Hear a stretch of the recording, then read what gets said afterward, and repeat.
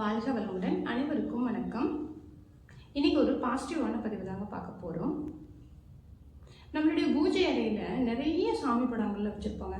அந்த மாதிரி நிறைய கசன்னு வச்சுருக்கிறதுக்கு ஒரு 4 படம் ஒரு 5 படம் வச்சுருந்தாலே போதுங்க. ஏன்னா சாமிகளுக்குள்ளேயே போட்டி வருமா, அதாவது வந்துட்டு உன்னைத்தான வேணா நீ போய் எசிலி. இப்போ எப்படி நம்ம வந்துட்டு ஒருத்தங்கிட்ட ஒரு வேலை சொல்லும்போது இல்லை நீ போய் செய், நான் போய் செய் இப்படி சொல்லுவோம் இல்லையா, அந்த மாதிரி நிறைய சாமி படங்களை வச்சுருக்கும் போது அவங்களுக்குள்ளேயே போட்டிகள் வருமா. அதனால ஒரு 4 படம் 5 படம் வைக்கிறது ஒரு சிறப்புங்க. நம்மளுடைய பூஜை அறையில் கட்டாயம் இருக்கக்கூடிய மங்கள பொருட்களான சில பொருட்கள் இருக்குதுங்க. அது வந்துட்டு நம்ம பூஜை அறையில் வந்துட்டு கட்டாயம் வச்சிருக்கணும். அது என்னென்ன பொருட்கள் அப்படிங்கிறத பார்க்கலாம். நம்ம சொல்லக்கூடியது பார்த்தீங்கன்னா மிக மிக முக்கியமான ஒண்ணுங்க. அதே வந்துட்டு எப்பவுமே வந்துட்டு பூஜை அறையில் வந்துட்டு திருநீர், சந்தனம், குங்குமம், மஞ்சள் இந்த மாதிரி வச்சிருப்போமோ அதே போல இப்போ நம்ம சொல்லக்கூடிய பொருட்களும் வந்துட்டு கட்டாயம் நம்மளுடைய பூஜை அறையில் இருக்கணுங்க. அது என்ன பொருட்கள் அப்படின்னு பார்க்கலாம். ஒரு கண்ணாடி பவுல் எடுத்துக்கோங்க, அல்லது வந்துட்டு பீங்கான் இருந்தால் ஓகே. எக்காரணத்து கொண்டும் எவர் சில்வர் பயன்படுத்தக்கூடாது. எவர் சில்வர் அப்புறம் பிளாஸ்டிக் இதை பயன்படுத்தக்கூடாதுங்க. மற்றது எந்த உலோகமாக இருந்தாலும் பயன்படுத்திக்கலாம். பித்தளை, வெள்ளி, தங்கம், அப்புறம் பார்த்தீங்கன்னா இரும்பு கூட பயன்படுத்திக்கலாம். ஏன் அப்படின்னா இரும்பு பார்த்தீங்கன்னா சனீஸ்வர பகவானுக்கு உகந்த ஒரு உலோகம், அதனால இரும்பு கூட நீங்கள் பயன்படுத்திக்கலாம். அப்புறம் கண்ணாடி, பீங்கான் இந்த மாதிரி பயன்படுத்திக்கலாம். இப்போ கண்ணாடி பவுலாக இருந்தாலும் சரி, இல்லை பீங்கான் பவுலாக இருந்தாலும் சரி, ஏதோ ஒரு சின்ன பவுல் எடுத்துக்கோங்க. அந்த கண்ணாடி பவுலில் பார்த்தீங்கன்னா இப்போ நம்ம சொல்லக்கூடிய பொருட்கள் எல்லாமே கட்டாயம் இருக்கணுங்க. இது எல்லாமே நாட்டு மருந்து கடைகளில் கிடைக்கும் நம்மளுக்கு. ஏலக்காய், கிராம்பு, ஜாதிபத்திரி, பச்சை கற்பூரம், அது கூடவே பார்த்தீங்கன்னா சுருள் பட்டை, அந்த பிரியாணிக்கெல்லாம் நம்ம போடுவோம் இல்லைங்களா, பட்டை போடுவோம். அதுலேயே பார்த்தீங்கன்னா சுருள் பட்டை, அது வந்து நல்ல ஒரு மனம் கொடுக்குங்க. நம்ம சமையலுக்கு கூட அந்த சுருள் பட்டை யூஸ் பண்ணும்போது ரொம்ப ரொம்ப அதிகப்படியான ஒரு மனமும் சுவையும் கிடைக்கும் நம்ம சமையலில். அதனால அந்த சுருள் பட்டையை வந்துட்டு இது கூட சேர்த்திக்கணுங்க. இது எல்லாமே நல்லா கலக்கி பூஜை அறையில் வச்சிடணுங்க. எக்காரணத்து கொண்டும் இந்த பவுலை வந்துட்டு நம்ம மூடாமல் வைக்கணும், திறந்த நிலையில இருக்கணும். இது வந்து நம்மளுடைய பூஜை அறையில வைக்கணுங்க.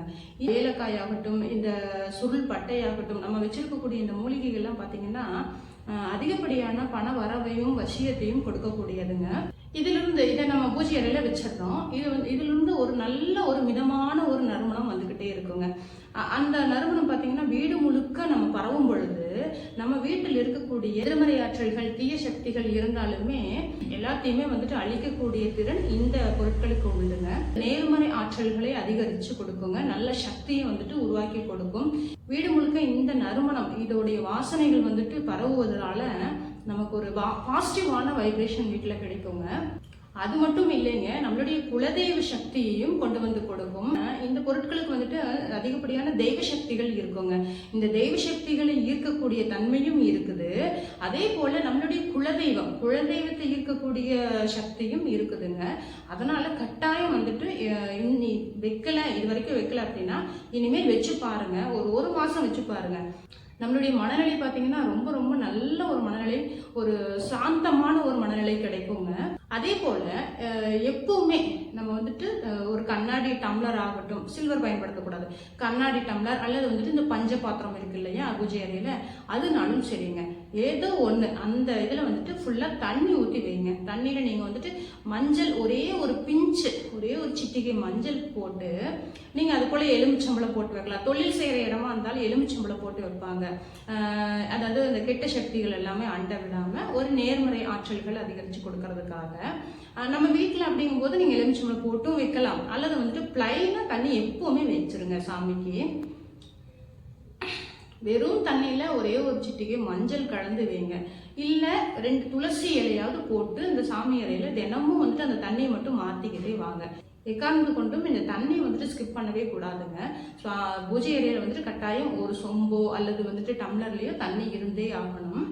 அதே போல் நம்ம பூஜை அறையில் ஏதாவது ஒரு ஆயுதம் வைக்கணுங்க. அதுக்கு வேண்டிய கத்தி, கடப்பாரை, கொடுவால் அந்த மாதிரி சொல்லலை, ஏதாவது ஒரு சாமி ஆயுதங்கள் வைக்கணும்.